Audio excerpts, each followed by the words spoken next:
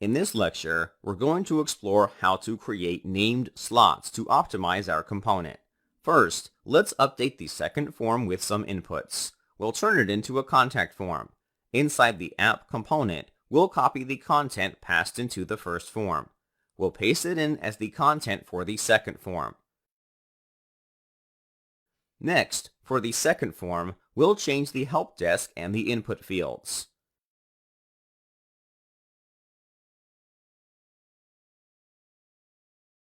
We have two forms using the same component, but with different inner content. Let's test if this works. Inside the browser, the two forms will render without a problem. The main benefit of using slots is the ability to create one component that will act as a skeleton. The form component is some base markup with a slot for the parent component to insert content into. By having a skeleton, we only need to create one component. We didn't have to create two separate components like a login component and contact component. We have a generic form component instead. In a sense, this makes the component more reusable. This is what slots are mainly used for. To be truthful, this component isn't the best example. In a real-world example, your skeleton would most likely have much more markup than just a form element. It would be beneficial if we could distribute the content better. That's possible with something called named slots. For instance, inside the app component, the markup between both forms have the same three sections. It would be better if we could leave these sections inside the form component. We'll switch back over to the form component and add in these three sections again. They were the help, fields, and buttons sections.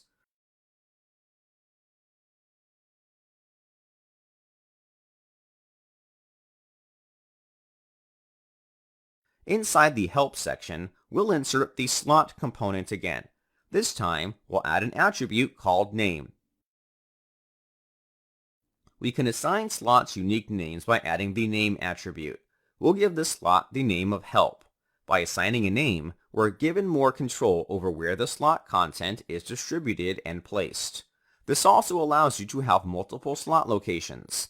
We'll add slots to each section with the name attribute.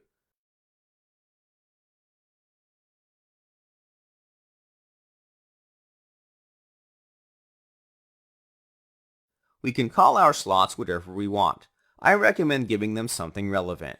There will be a slot for the help, fields, and buttons sections. We can go back to the app component to use these sections. Instead of using the class attribute, let's change each of these to the vSlot directive.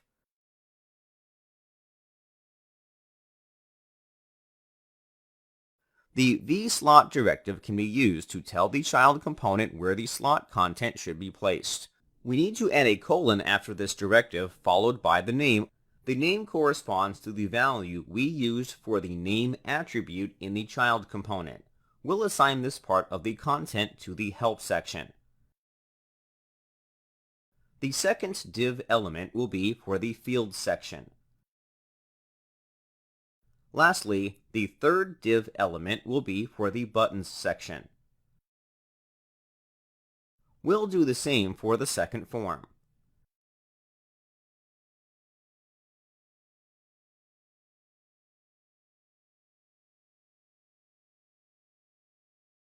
By using the vSlot directive, View will be able to identify where to load the content in the child component. There's one problem with this. The vSlot directive may only be applied to template tags. This is a limitation you should be aware of. We can't use this directive on the div element. The solution is simple. We'll replace the div tags with template tags.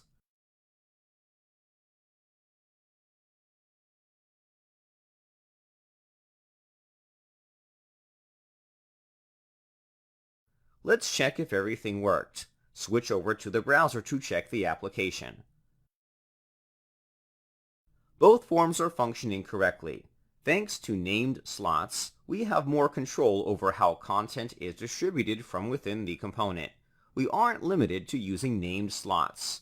We can use a combination of named slots and default slots. Let's go back to the editor. Inside the form component, we'll add a slot at the bottom of the form. By having a slot with no name, any elements that aren't assigned to a specific slot will be put there by default. Back inside the app component, we'll add a paragraph tag at the bottom of the first form with some dummy text.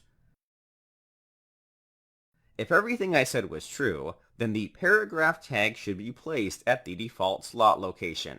Upon refreshing the page, we'll find the paragraph element added to at the default slot location. We can use a combination of named slots and a default slot. It's up to you. We can take this a step further. One advantage of slots is the ability to use data from the parent component. Let's try that out. Inside the app component, we're going to create the data function. We'll create one property called help that will contain the help text from the first form.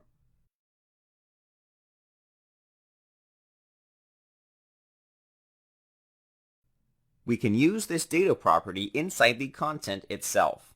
We don't have to use a prop to pass it on. Inside the first form, we'll replace the help text with the expression help. This will work because technically we're still inside the app component. Since that's the case, then we still have access to the data, computed properties, and methods inside this component. Therefore, there's no need to pass this down as a prop. Hopping back to the browser will show that the expression works as expected. If you don't plan on using the data inside the child component for functions or computed properties, then there's no need to use a prop. This is a perfectly fine alternative. As you can see, slots can provide for a more interesting way of structuring your application. In the resource section of this lecture, I provide a link to learn more about slots in Vue.